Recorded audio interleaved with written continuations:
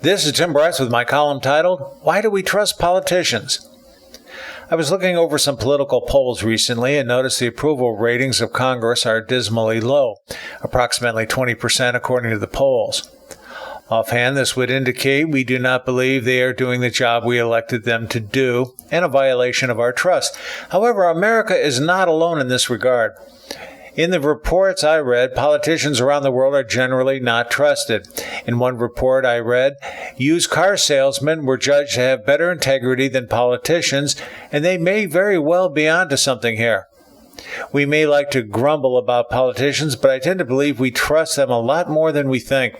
After all, how were they elected to office to begin with, and why do we keep re-electing them term after term? Is it because there are no other qualified candidates to do the job? Is the pay and benefits bad? No, I don't think so. Actually, I think the public's outrage is gone, and knowing this, our government officials feel free to do whatever they want. We elect government officials to uphold the interests of their constituents and for the common good. Hopefully, the politicians will have the same interests and moral values as the people they represent. But somewhere along the way, the politicians inevitably get their priorities mixed up and forget what they were elected to do. After a politician has promised the voter the world on a platter, he is basically free to make decisions and vote as he sees fit, regardless of pertinent opinion polls. In fact, politicians are probably more interested in what the lobbyists have to say than their own constituents. This means accountability is really the issue here. It's been my experience that the voters tend to gloss over the politician's record while in office. As an employer, I tend to keep track of employee obligations met, punctuality, absenteeism, and decisions and mistakes made. Conversely, voters should be made aware of their elected officials' actions in office, such as attendance at meetings and voting record. Since we periodically prepare evaluation reports for employees, what's wrong with producing a similar report for our officials on a routine basis, such as annually? After all, who works for who here? Aside from implanting electrodes in the politician's head, I know of no other way to rebuild trust than to routinely review the official's work. If it works in business, why not in government?